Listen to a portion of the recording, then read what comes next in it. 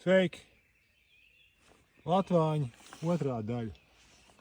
Te kaut kādu nedēļas divas apakaļ es ņēmos ar latvāņiem, kaut kādu daļu izraku. Var redzēt, ka te ir, kas ar visām saknēm. Izraki tie te kaut kāds zaļums vēl ir, bet augšana nekāda. Šī karstumā nav izkaltuši. Kaut kur toreiz rokos ir palikuši. Te ir viens latvānīts.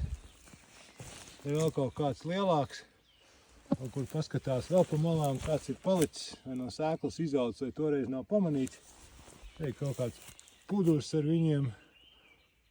Un tāpēc, viņi kaut kā ataug, kaut kur slēpjās, un tāpēc ir ļoti svarīgi pēc uz to rakšanas vietu atnāk vairākas reizes, lai vieta būtu tīra un darbs padarīts.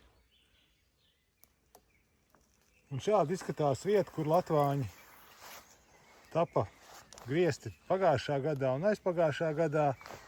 Un tāpatās te ir kaut kas pamanījies, sasēties un izaugt. Te var redzēt, ir viens latvāns, vēl viens kaut kur nākošais. Te ir kaut kas lielāks tāds, kurš varētu jau ziedēt šogad.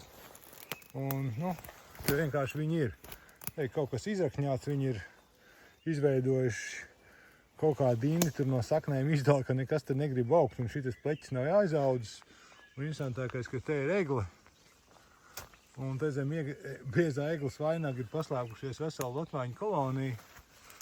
Un, ja paskatās augšā, tur ir baltākšņu mežs, un īpaši daudz gaismas nav, bet latvāņi ir stipri audzelīgi, un viņiem būtībā, pat augt zem egles ir iespējams. Un tā, ko mēs darām? Te atkal mēs viņus norokam. Labāk to darīt ir vakarā, kad ir vēsta, tikko nolīja lietas, viss ir slapšs. Un ir kaut kāds 10:00 vakarā, apkārt lidinās odi, rokām latvāņus. Un skatāmies līdzi savā mežā, kas tur notiek. Tā, lai veicās.